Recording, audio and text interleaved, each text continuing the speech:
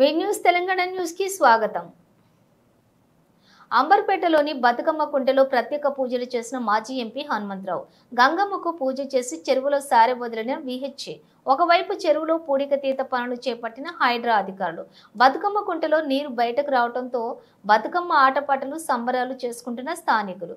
కాంగ్రెస్ నేత మాజీ MP V Hanumantha Rao Khairatabad DCC Rohin Reddy Congress నేతల ఆధ్వర్యంలో చెరువులో ప్రత్యేక పూజలు చేసి బతుకమ్మ ఆట ఆడుతున్న మహిళలు తీసుకుంటాడే మీరు ఆయన రెడ్డి అనగా రెడ్లలో కూడా మంచి వాళ్ళు ఉన్నారా లేదా?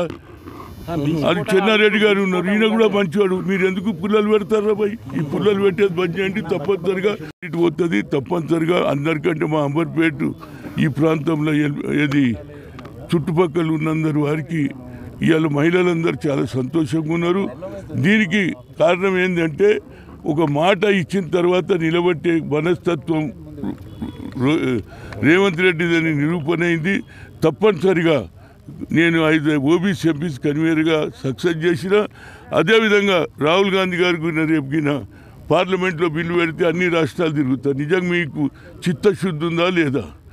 కనుక తప్పనిసరిగా ఈ కార్యక్రమం చేపట్టినందుకు ఏది హైడా ఇవాళ మొట్టమొదటి విజయం, అదేవిధంగా ఇంకా ముందు కూడా విజయాలు అవుతాయి। తప్పనిసరిగా రేపు జరగబోయే లోకల్ బాడీ ఎన్నికల్లో కింది స్థాయిలో కులాలంటే మున్నూరు కాపో యాదవో ముదిరాజో గౌడ్ కాదు, కింది వాళ్ళని కూడా చూడాలిరా బాబు।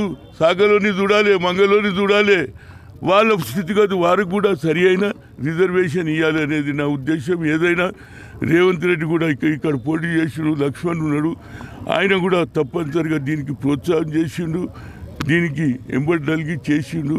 దానికి మన హైడ్రా చైర్మన్ రంగనాథ్ కూడా ఒక విషయం చెప్పండి। ఈ రోజు మీరు హైడ్రా మీకు కొమ్ము కూడా హైడ్రా ఏకపక్షంగా వ్యవహరించి తవ్వకాలు జరుపుతుందంటున్నారు బీఆర్ఎస్ నేత ఎర్ల సుధాకర్ రెడ్డి।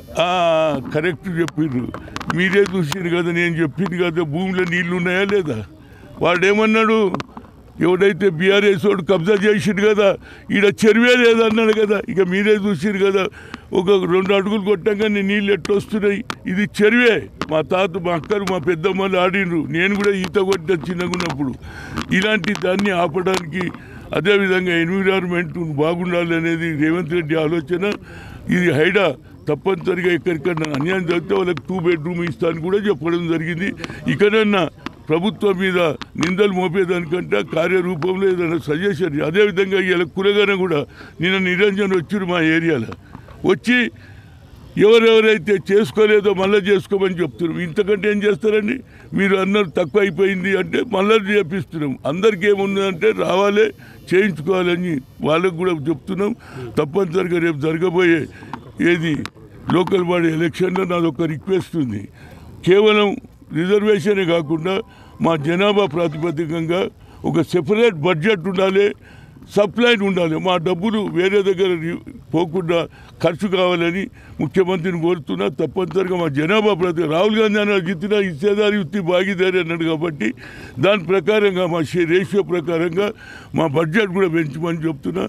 ఏది ఎస్సీ ఎస్టీలకు ఎట్లయితే సప్లైన్ ఉందో మాకు కూడా సప్లైన్ కావాలని కోరుతున్నాం। మరొకసారి ఈ బతుకమ్మ కుంటను మహిళల తరఫుకెళ్ళి అందరి తరఫుకెళ్ళి నాకు కృతజ్ఞతలు చెప్తాను। నాయకత్వంలో ఈరోజు ఈ బతుకమ్మ కుంటని హనుమంతరావు గారు పదే ముఖ్యమంత్రి గారి దగ్గరికి, నేను హనుమంతరావు గారు ఇద్దరం కలిసి కూడా ముఖ్యమంత్రి గారి దగ్గరికి వెళ్ళి ఈ బతుకమ్మ కుంట అనే ప్రాంతాన్ని కొంతమంది ల్యాండ్ గ్రాబర్స్ వచ్చి దీన్ని కబ్జా పెట్టి వాళ్ళ రియల్ ఎస్టేట్ దందా కోసం ఇది కబ్జా పెట్టిందని చెప్పేసి హనుమంతరావు గారు ఎప్పుడైతే వివరించారో దాని మీద ముఖ్యమంత్రి గారు అప్పుడే హైడ్రా ఎప్పుడైతే ఏర్పాటు చేసిండ్రో దాని రంగనాథ్ గారికి చెప్పి దీన్ని మొత్తం కూడా 1969 నుంచి ఆ రోజు నుంచి కూడా మ్యాపులు తెప్పించేస్తే ఆ రోజు ఈడ చెరువు ఉండే, ఈ చెరువులో మొత్తం మట్టి పోసేసి ఈడ దీన్ని బతుకమ్మ కుంటని పేరుని తీసేద్దామని చెప్పి కొంతమంది రియల్ ఎస్టేట్ దందా చేసేటోళ్ళు అందరు కలిసి కూడా దీన్ని ల్యాండ్ గ్రాబింగ్ చేద్దామని ఉద్దేశంతో వాళ్ళు చేసిన పన్నాగానికి హైడ్రా వచ్చి కోర్టులో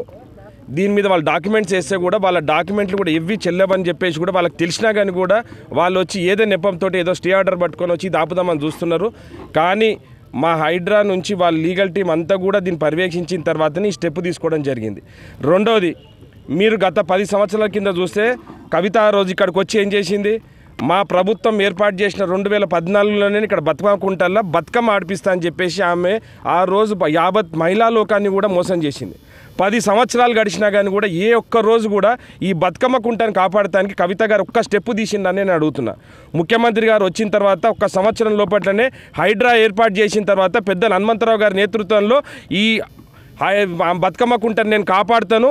ఈ 5.5 ఎకరాల భూమిని ఆల్రెడీ కొంతమంది కబ్జాలు పెట్టిండ్రు, కానీ ఆ కబ్జా పెట్టిన భూమిని వదిలేసి ఉన్న భూమిని మాత్రం కాపాడి ఇమ్మీడియట్ దీన్ని కుంటగా ఏర్పాటు చేసి సుందరీకరణ చేసి దీంట్లో వచ్చే బతుకమ్మకి ఇప్పుడు రానున్న బతుకమ్మ ఈ రోజు అందరూ కూడా మహిళలు ఇక్కడ బతుకమ్మ ఆడాలని చెప్పేసి ముఖ్యమంత్రి గారు ఆదేశాలు ఇచ్చిండ్రు.